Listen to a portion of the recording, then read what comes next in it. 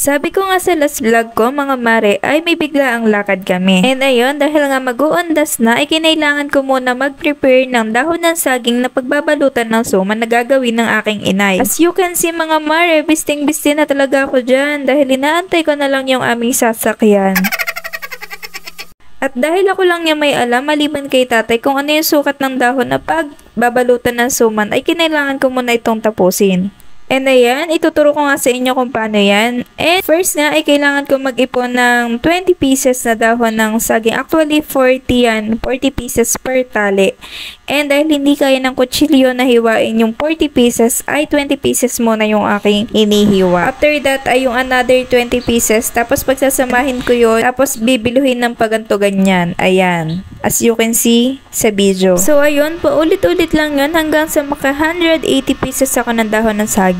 Bandang 12 o'clock ng hating gabi ay dumating na rin yung sundo naming van. Kaya ayan, pa-exit na nga kami ng expressway pa northbound. And dahil inantok ako sa biyahe ay nakatulog ako and bandang 2 AM ay nakarating na rin kami dito sa may Clark, Pampanga. Grabe, laking taka ko dahil 2 hours lang yung naging biyahe namin ay nandito na agad kami sa Pampanga. Ayan, tamang stopover nga kami dito para mamahinga at kumain na rin yung mga gustong kumain at makaihi na rin. At habang busy-busy nga sila sa pagkain, kaya ako naman itong busy rin sa pagpapalit ng diaper sa aking alaga. After ko nga mapalitan ng diaper ng aking alaga ay ako naman yung naki-CR tapos ay pagbalik ko ay paalis na kami. And after another 2 hours mga mare ay nakarating na rin kami sa Baguio and dahil sa La Trinidad Benguet pa yung aming kakilala ay diretso pa rin ang aming biyahe kaya naman inabot na rin kami ng liwanag sa biyahe. At yun nga pala mga mare, yung mga bahay-bahay na yan ay sa La Trinidad Benguet. Yan yung mga bahay-bahay na makukulay, yung iba't ibang kulay. Hindi nga lang kita sa video dahil hindi ko alam kung gawa ng cellphone ko or dahil madilim pa sa labas. Char.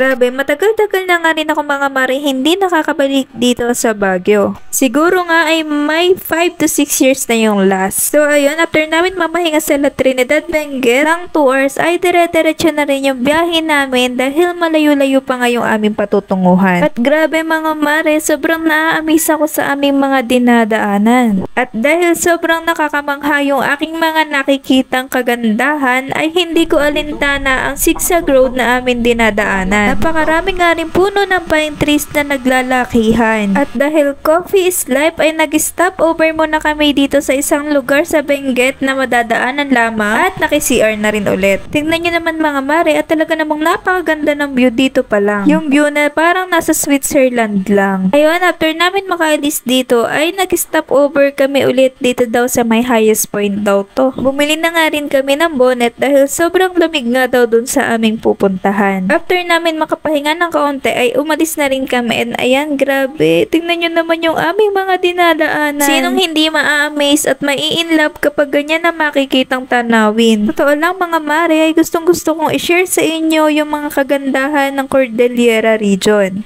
Talaga namang busog na busog ang aking mga mata at talaga namang nabawasan ang aking alalahanin maliban na lang sa mga aming dinadaan ng bulubundukin na sobrang tatarik at ang tabi nga ay bangin. Hindi ko na nga namamalayan mga mare kung ilang oras na nga yung aming binibiyahe and ayan, paakyat na nga kami daw dito sa pinaka highest point ng lugar na ito. Yung ulap nga ay nababa na and grabe, nararamdaman na nga rin namin yung lamig dito sa lugar. Ayan nga mga mare, nakababa na nga rin kami dito sa highest point sabi nila. And tingnan nyo naman yung mga itsura nila, oh. Sobrang lamig talaga dito. Tingnan nyo, oh. Ang lamig. Grabe, tingnan nyo yung mga puno. Grabe yung mga puno, oh. Parang nasa ibang bansa. Daming mga ano nga tawag doon sa ganun?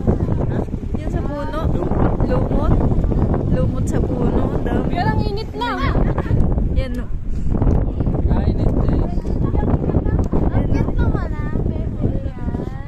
Lamig. Wala ba ditong wild, wild berries? Grabe, lamig.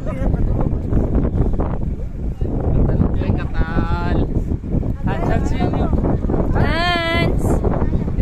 Pula na pisngi.